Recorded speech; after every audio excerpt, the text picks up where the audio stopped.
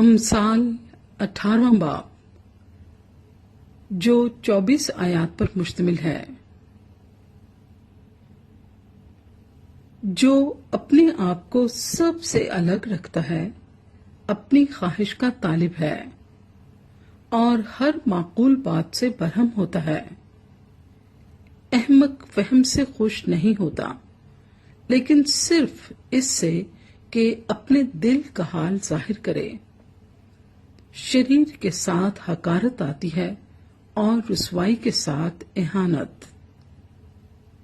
انسان کے منہ کی باتیں گہرے پانی کی مانند ہیں اور حکمت کا چشمہ بہتا نالا ہے۔ شریر کی طرفداری کرنا یا عدالت میں صادق سے بے انصافی کرنا خوب نہیں۔ احمق کے ہونٹ فتنہ انگیزی کرتے ہیں اور اس کا منہ تماچوں کے لیے پکارتا ہے۔ احمق کا منہ اس کی ہلاکت ہے اور اس کے ہونٹ اس کی جان کے لیے پھندا ہیں۔ غیبت گو کی باتیں لذیذ نوالے ہیں اور وہ خوب ہضم ہو جاتی ہیں۔ کام میں سستی کرنے والا مصرف کا بھائی ہے۔ خداوند کا نام محکم برج ہے، صادق اس میں بھاگ جاتا ہے اور امن میں رہتا ہے۔ دولت مند آدمی کا مال اس کا محکم شہر اور اس کے تصور میں اونچی دیوار کی مانند ہے۔ آدمی کے دل میں تکبر ہلاکت کا پیشرو ہے اور فروتنی عزت کی پیشوا۔ جو بات سننے سے پہلے اس کا جواب دے، یہ اس کی حماقت اور خجالت ہے۔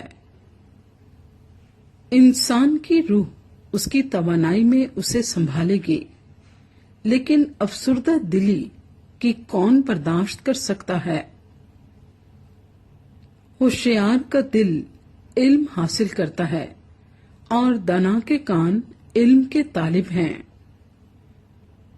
آدمی کا نذرانہ اس کے لیے جگہ کر لیتا ہے اور بڑے آدمیوں کے حضور اس کی رسائی کر دیتا ہے۔ جو پہلے اپنا دعویٰ بیان کرتا ہے راست معلوم ہوتا ہے، پر دوسرا آ کر اس کی حقیقت ظاہر کرتا ہے۔ کرہ جھگڑوں کو موقوف کرتا ہے اور زبردستوں کے درمیان فیصلہ کر دیتا ہے۔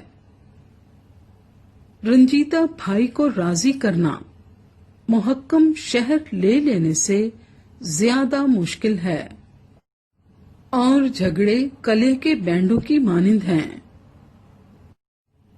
آدمی کا پیٹ اس کے منہ کے پھل سے بھرتا ہے اور وہ اپنے لبوں کی پیداوار سے سیر ہوتا ہے۔